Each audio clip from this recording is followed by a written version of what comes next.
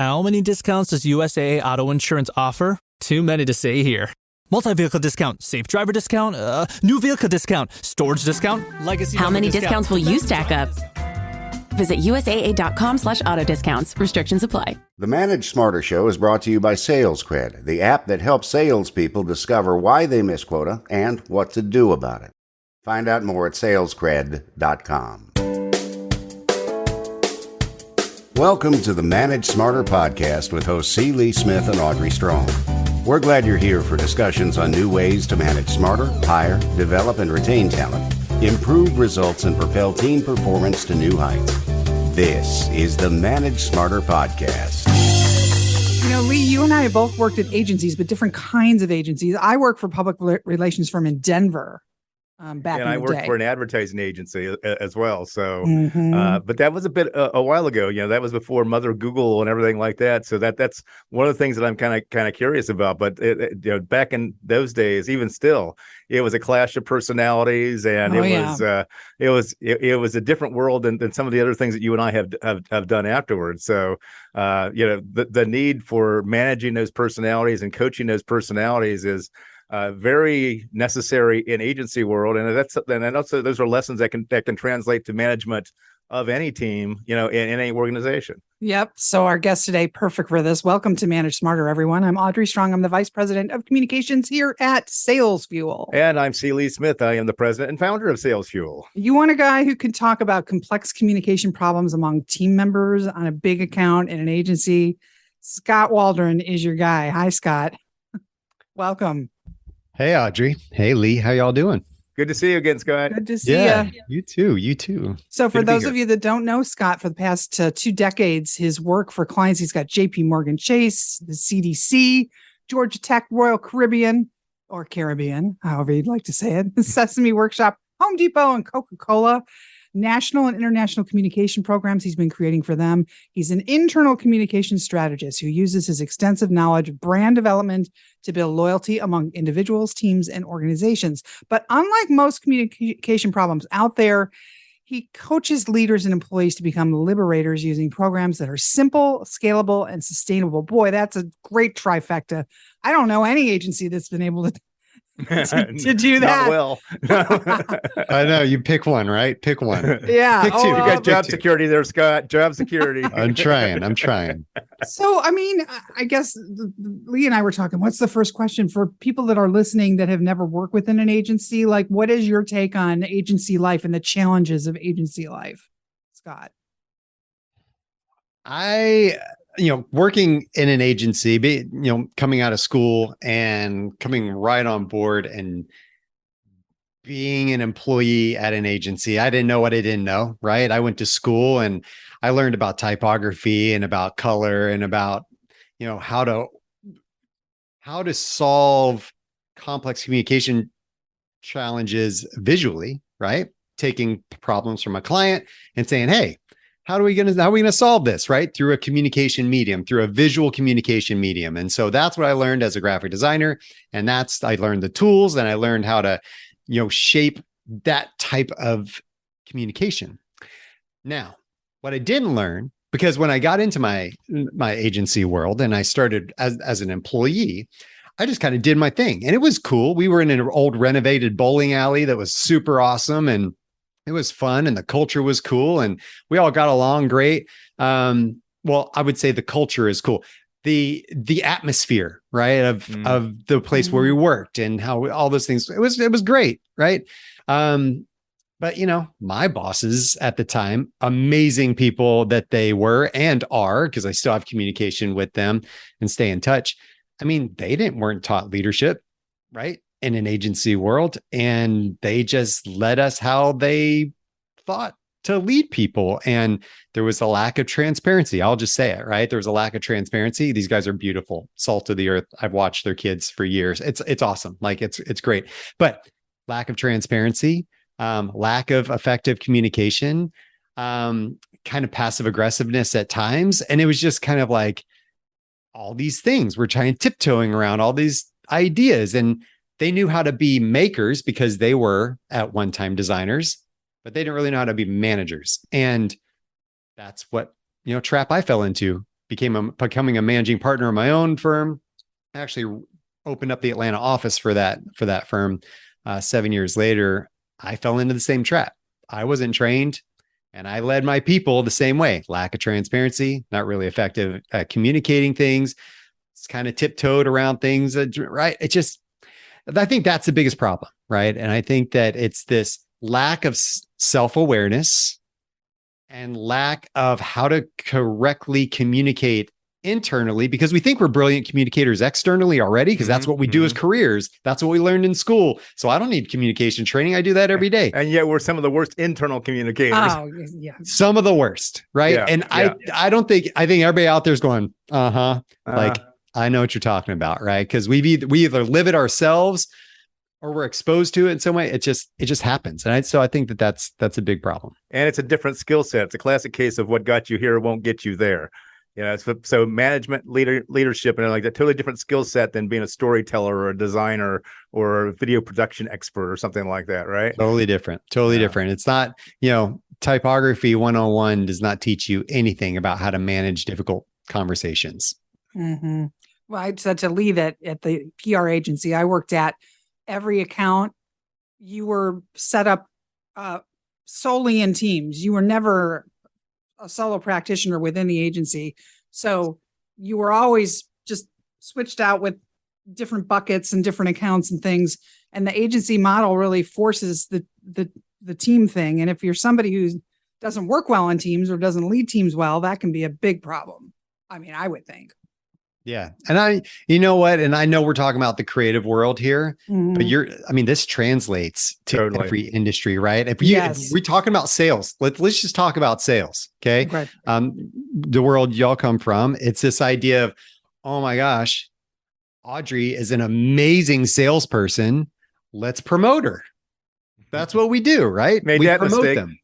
And then they move up. Not Audrey, it was somebody else. Audrey was a good hire. I get it. But it's like, hey, Audrey, we're just using it as an example, right? But Audrey's a great salesperson. Let's promote Audrey. And then we're going to have her teach other people how to be great salespeople. But yet, there may be a lack of training invested in Audrey as far as leadership's concerned. I'm not saying that there is or there is. I'm just with Audrey. But you get what I'm saying, right? Yeah. It just happens. We promote people because they're good at their job.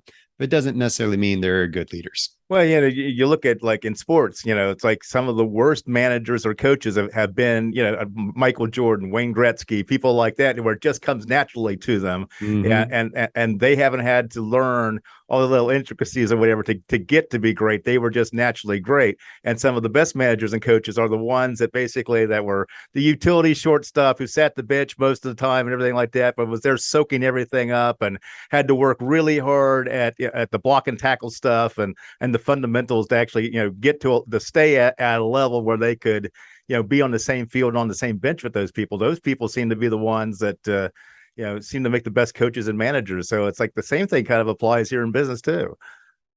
It does. And I think that when you look at the nuances of what it takes to be a good leader, it's self-awareness, right? Mm-hmm. Good communication, the ability and the willingness to build trust in relationships, the knowledge of what it takes to align teams.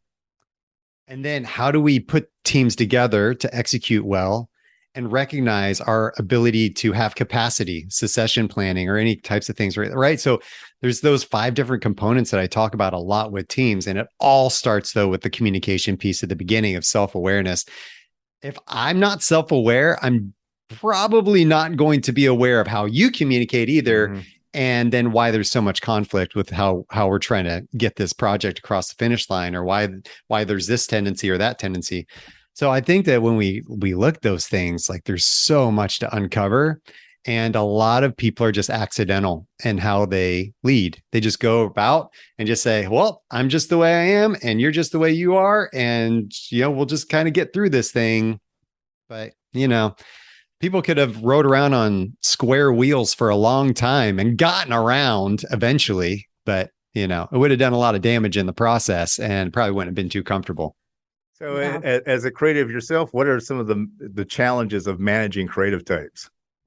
Well, we, most of us that are more on the, I guess, creative side of that, as far as designing or doing the types of work that way, are more of the what if scenario, right? Big picture thinkers. We are the ones that are more we can tend to be a lot of introverts, right? In the sense that we're processing a lot in our heads and we're thinking about things and processing things and trying things out and mulling things over. Internal perfectionists, right? We can start to, it needs to be perfect. It needs to be refined. It needs to be this. And then you have other people that are maybe on the business side, right? Maybe it's the accountants, maybe it's some of the project managers that are going to be more of the task oriented, the people that are going to be more on the, hey, on time, on budget, let's not squander resources, let's make sure. And then those personalities clash, right? And they are pulling in different directions for different reasons. And they're just complaining about each other, right? So it creates silos. It creates an us against them mentality.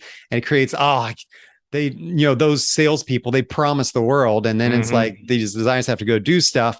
And then the project managers are like, why can't I ever get anything on time? Because you guys want to perfect, it's good enough. Just get it out the door, right? So I think that there's a lot of lack of understanding about the other people because we're all in a me world, right? It's all about me and my problems and what you're doing to me and causing me to look bad in front of my clients. So what are some of the simple ways that you recommend you tell your clients how to fix this? Give us some tips. Well, number one, I do think it is self-awareness. It all starts there. So I am a believer in personality assessments to an extent, right? And so we use one called the 5 Voices, which is a simplified version of Myers-Briggs. If any of y'all know the Myers-Briggs personality assessment, then, you've been there. Now, what usually happens with these, whether it's DISC or Myers-Briggs or Colby or Enneagram or whatever, Strengths Finders, is that you take this assessment, whether it's an online assessment or somebody comes in and gives it to you, you get a cool report that's all about you. And you go, wow, that's so cool. That is me. That's so like me. And you go home, you tell your spouse about it or whatever. And then you put it in your drawer and you don't look at it for another year, right? It sits there and you're just like, I don't know what to do with this thing. Here's the problem. Information transfer does not lead to transformation. Okay. I can transfer information all day, but without application, there's no transformation. So I believe strongly in, yes, let's do the assessment, but then let's use simple, like I said, like in the bio, right? Simple, sustainable, scalable tools that are highly visual, very simple to digest, because we're in a really quick world, to implement, to use what we used in that assessment to then reiterate and practice communication tips and tools and how to manage, gossip and how to make sure that we're building influence in the right way with other people. So it starts with the communication piece. You mentioned a topic there that I wanted to touch on then too. It's like with the people not understanding each other's roles and talking about each other. That sideways conversation happens a lot, in that environment. So what tips would you give the managers then as far as dealing with gossip, sideways conversation, and helping people get to talk to each other instead of talk about each other? This is good. It's called, it's a tool. We have a tool specifically for this. There's 60 plus tools that I teach clients, right? Great. And one of them is called Go to the Source. And so we've got here, let's use all of us. And then we've got 3 of us. This is perfect. That is perfect. So Lee has a problem with something I said, right? Something I did. And so Lee says, you know what? That super annoyed me. And he sees Audrey and maybe they go out to lunch together or something. And Lee's like, Audrey, Skot did this thing. It's super annoying. I can't believe he does. He does it all the time. All the time. And it's all the time. I can't, all the time, Lee. I'm sorry. I'll stop one day. Wow. Tell me more. All the time. And so Audrey has a choice at this point, right? Now, Lee deciding to go to Audrey, maybe he just wants to get it off his chest. Maybe he's just like, he's so frustrated, right? And he's an extrovert, so he likes to just get his thoughts out and process it and think about it and get some feedback, make sure he's not crazy, some validation. Audrey can decide to either be a conduit for that and say, you know what, Lee, you're right. Skot is a jerk. He's done that to me now. Is that really? I can't believe he did that to you. He did that to me last week. Hey, and then they go and like somebody, Tom, did Skot do that to you too? Right. And so now we're building up an us against them. So because Audrey has now been a conduit for this information, she could also be a firewall. She can go, okay, Lee, I get it. Like, I validate that. That sucks. Have you talked to Skot about this? Like, I'm going to stop this right here. This is something you need to talk to him about. Now, there are caveats with this. Maybe Lee doesn't feel safe talking to me because I'm a dominator and I crush Lee every time he comes to talk to me about anything. I get it, right? The goal here is to bridge, to make sure that there is that conversation happening. Maybe there has to be a third party involved. Maybe somebody from HR comes in, or maybe another colleague comes in and sits with you and he's like, hey, let's just have this conversation. I brought in a third person and you agree to that beforehand, right? But like, we need to resolve this somehow. And so I brought Audrey into this conversation, and I want to have are you a conduit or are you a firewall, right? Are you throwing gasoline on the fire, or are you trying to extinguish it or control it, like a controlled burn, right? Because it's burning, but like, let's control the burn. But you can express empathy for how the other person feels. You can let them vent a little bit and everything like that. But then it's like, you're right. It's like at that point in time, you're either participating or you're not participating. And if you're participating, then you're part of the problem, not part of the solution. Amen. Well said. I have a question about agency life. So whether it's an ad agency or a PR agency or a marketing agency, I just know we would sit in the conference rooms tossing around ideas for creative or this campaign or that campaign. And it has to be like a healthy, non-aggressive disagreement over what this ad campaign is going to be or what the tagline is and this and that. That was like hours and hours and hours and hours. And days. And with people that maybe you don't get along with, what are your tips for people that work at agencies in terms of a productive way to disagree and have those?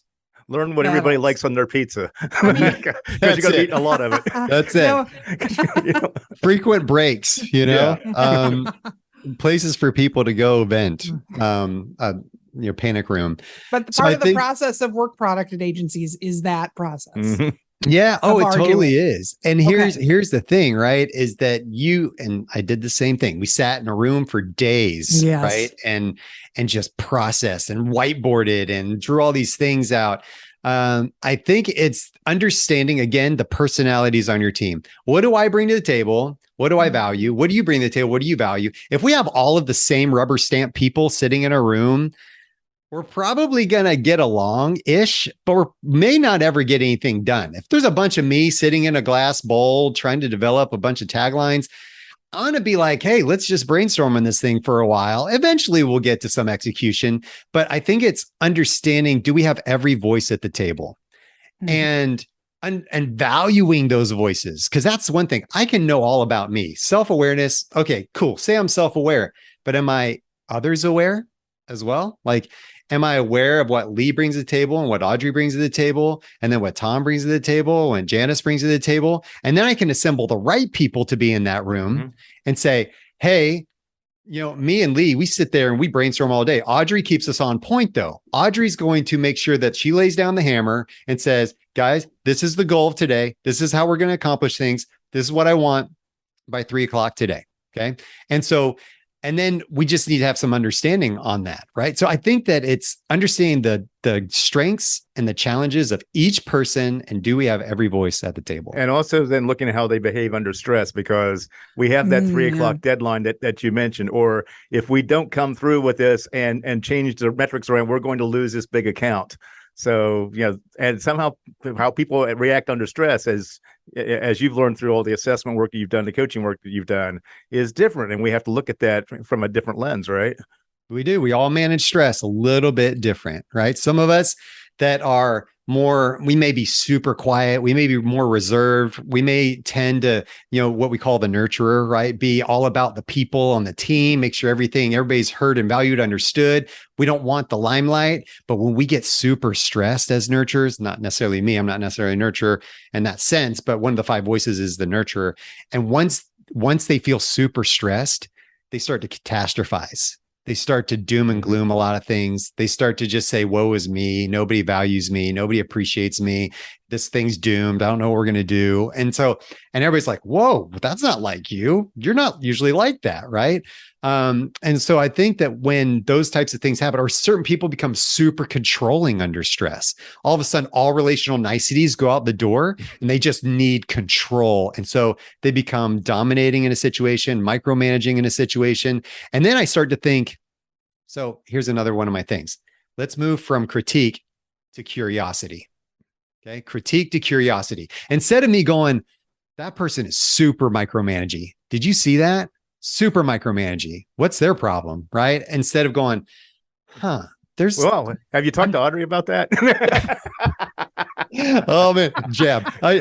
Instead of saying what's going on here with this micromanaging thing is affecting me, I should sit there and go, I wonder what's going on, and start to look for those signs of stress in their life and go, okay, they're under stress right now. And say, hey, Lee, I sense a little bit of stress. I sense you're getting a little bit micromanaging on this thing here more than usual. I want to see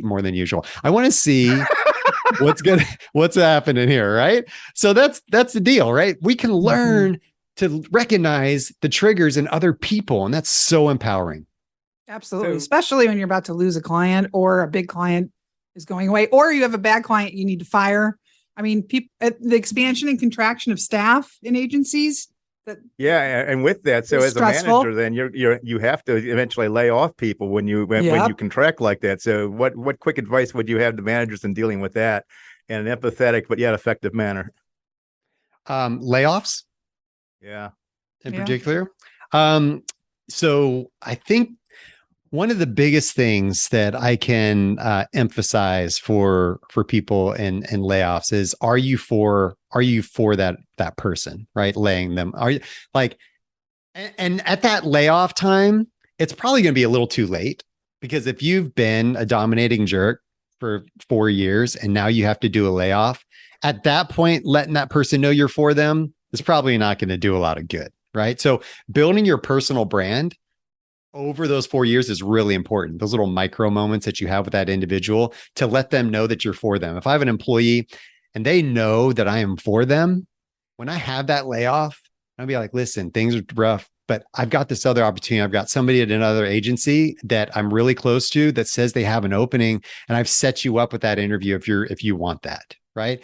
Like, then that person can go, wow, Skot, I always knew they were for me. They even they laid me off. It sucks. Like, I'm really bummed right now. I need that money, but they actually hooked me up with this other people that possibly, like, even if it doesn't work out, they'll never forget that. They'll never forget that, man, I was laid off one time, but Skot even hooked me up with this other opportunity. And your paths will cross again. I see so many people these days willing to burn bridges to the ground, but it's like, we never burn those, because particularly in this particular industry or whatever, it's like, tomorrow, whatever, might be your boss again, or you might be my boss.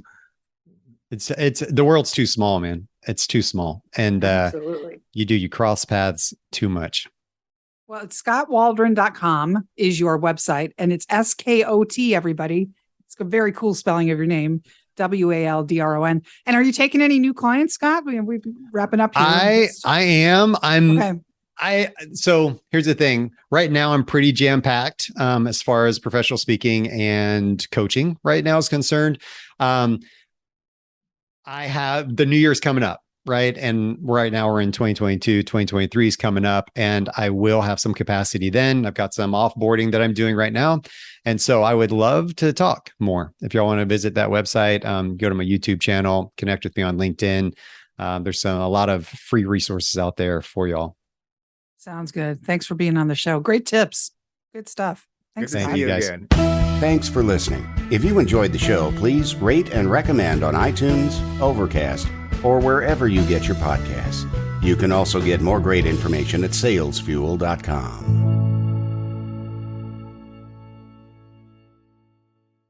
This podcast is a part of the C-Suite Radio Network. For more top business podcasts, visit c-suiteradio.com.